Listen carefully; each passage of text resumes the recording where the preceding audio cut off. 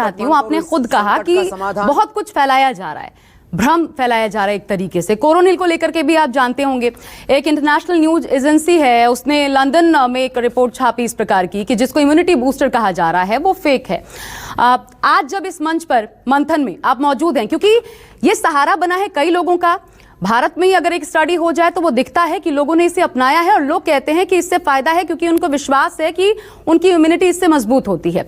लेकिन Birmingham university में शोध हुआ, उसकी रिपोर्ट भी इस इंटरनेशनल न्यूज एजेंसी ने छापी ये कहते हुए कि फेक है, कोरोनिल इम्यूनिटी बूस्टर के रूप में काम नहीं करता। मैं ये चाहती हूं इस मंच पर आप समझाएं लोगों को जो आप पर विश्वास करते हैं, क्या वाकई ये जो खबरें आती हैं इनको इस वक्त तरजीह नहीं देना है, या अभी भी 2021 में भी जब नए नए स्ट्रेन आ रहे हैं कोरोना के, बिलीव किया जा सकता है?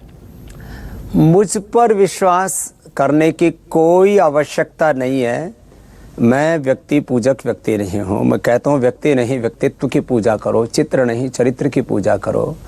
हमने एक पूरा रिसर्च एंड एविडेंस बेस्ड पूरा एक डॉक्यूमेंट बनाया है और हमने सेल लाइन ट्रायल से लेकर के एनिमल ट्रायल और ह्यूमन ट्रायल के पूरे डेटा रिपोर्ट हमने उसके अंदर दी है कि किस प्रकार से उसका एफिकेसी रेट है। हमने एक साधारण सी बात करता हूँ, मनुष्य में तो जो हमने प्रयोग किया करोड़ों लोगों के हमारे पास डेटाबेस है, लाखों लोगों के तो जो ठीक हो चुके उनके डेटाबेस हैं। अब अगली बात आती है, हमने बहुत चाहे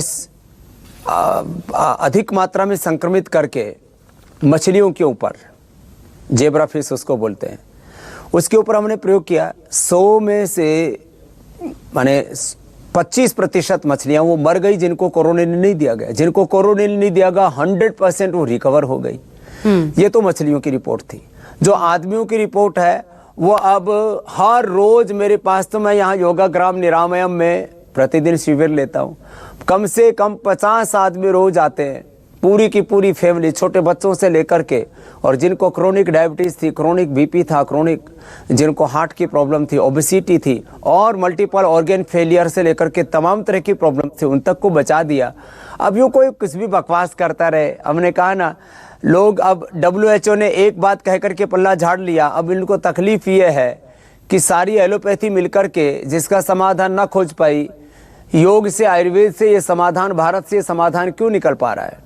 तो अब मैं किसी के ऊपर क्या टिप्पणी करूं? मैंने कहा एक बहुत बड़ी लॉबी है, एक बहुत बड़ा ड्रग माफिया है, एक कॉर्पोरेट माफिया है, उसमें कई बार पॉलिटिकल माफिया भी मिल जाते हैं, बहुत सी सिविल सोसाइटी के माफिया भी मिल जाते हैं, लेकिन इन सारे माफियाओं से हम लड़ेंगे। और हमने हर काम प्रामाणिकता, ऑथेंटिसिटी के साथ किया है। मैं कहता हूँ खाली मैं कॉन्फिडेंस के साथ ही बात नहीं करता, मैं एविडेंस के साथ बात करता हूँ। और हमने पहले भी ये सारे विकल्प दिए और पूरे साइंटिफिक एविडेंस के साथ दिए। और अभी भी PRI के ही सेंटर में मैं बैठा हुआ, हमारे रिसर्च सेंटर में, क्योंकि आज मेरी एक यूनिवर्सिटी की बड़ी मीटिंग थी। उसके बाद मुझे कहा गया कि मुझे आज मंथन में भाग लेना है, तो मैंने कहा मंथन में लेंगे भाग। और 2021 का मेरा लक्ष्य है और इसके ऊपर भी बहुत बड़ा विरोध होगा, मुझे पता है। मैं BP से लेकर के, शुगर से लेकर के, थायराइड, अर्थराइटिस से लेकर के एक करीब 50 औषधियों की एक नई श्रृंखला हमने तैयार की है। अभी आप मेरे साथ में यहाँ पर देख रहे हैं, ये तो उसके जो है अभी लॉन्चिंग उसकी होनी है, क्योंकि अगले वर्ष मैं विधिवत करूंगा। विटामिन D से लेकर के B12 से लेकर के B कॉम्प्लेक्स से लेकर के आयरन से लेकर के कैल्शियम से लेकर के मैग्नीशियम, जिंक और तमाम तरह के माने ये जो जहरीली न्यूट्रास्यूटिकल पूरी की पूरी एक बहुत बड़ी गंदगी चल रही थी और इसके भी बहुत दुष्प्रभाव देश और दुनिया ने देखे हैं। तो न्यूट्रास्यूटिकल्स का नेचुरल विकल्प हम लेकर के आ रहे हैं। और BP ग्रिड से लेकर के, मधु ग्रिड से लेकर के, थायरोग्रिड से लेकर के, लिपिडोम से लेकर के, पीडानिल और ऑर्थोग्रिड माने रोमेटॉइड अर्थराइटिस, सारी दुनिया इस बात को कहती है। और पूरी दुनिया ने अलग अलग कानून भी बना रखे, भारत में भी कानून बना हुआ है, drug and magic remedy act, मुझ पर भी कई बार लगाने की कोशिश की गई। मैं कहता हूँ मैं थायराइड को क्यों करता हूँ, arthritis, rheumatoid arthritis, hepatitis, colitis को मैं क्योर करता हूँ। मैं क्योर करता हूँ SLE-MS ऑटोइम्यून डिजीज को, और मेरे पास सारे उसके कॉन्फिडेंस के साथ मैं कर रहा हूँ, पूरे एविडेंस मेरे पास में। अब पूरी इस एलोपैथिक चिकित्सा पद्धति को 200 साल पहले तो एलोपैथी नहीं थी, तो क्या धरती खत्म हो गई थी?